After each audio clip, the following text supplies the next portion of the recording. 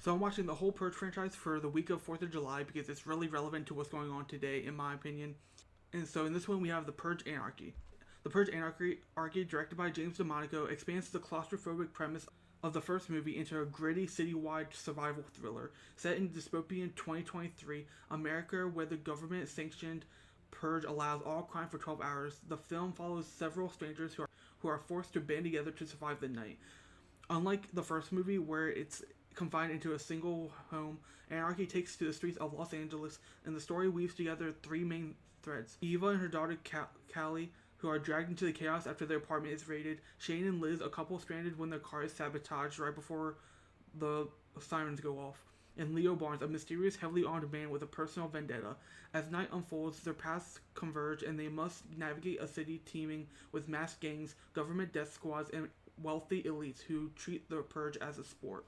The Purge Anarchy sharpens the franchise's political edge, as the Purge is no longer just a night of chaos. It's a systematic tool for oppression.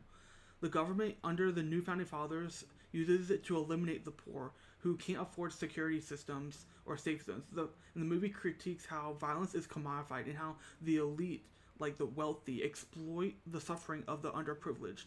There's also a subplot involving a resistance group led by Carmelo Johns, who broadcasts an anti-purge message and stages attacks on government forces.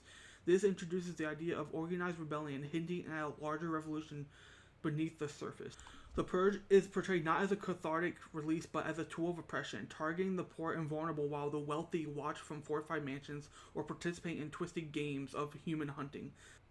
And Frank Grillo, who's like the main star in this movie, delivered such a standout performance as Leo. He's not just a walking arsenal, he's a man torn between justice and revenge.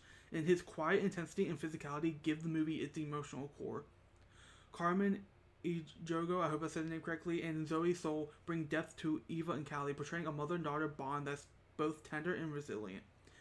We have Zach Gilford and Kiel Sanchez as Shane and Liz, who add a layer of interpersonal drama. Their crumbling relationship mirrors the societal collapse around them. James DeMarco traced the suburban setting of the first film with their gritty, neon-lit urban sprawl. The handheld camera work and dim lighting create a sense of immediacy and dread.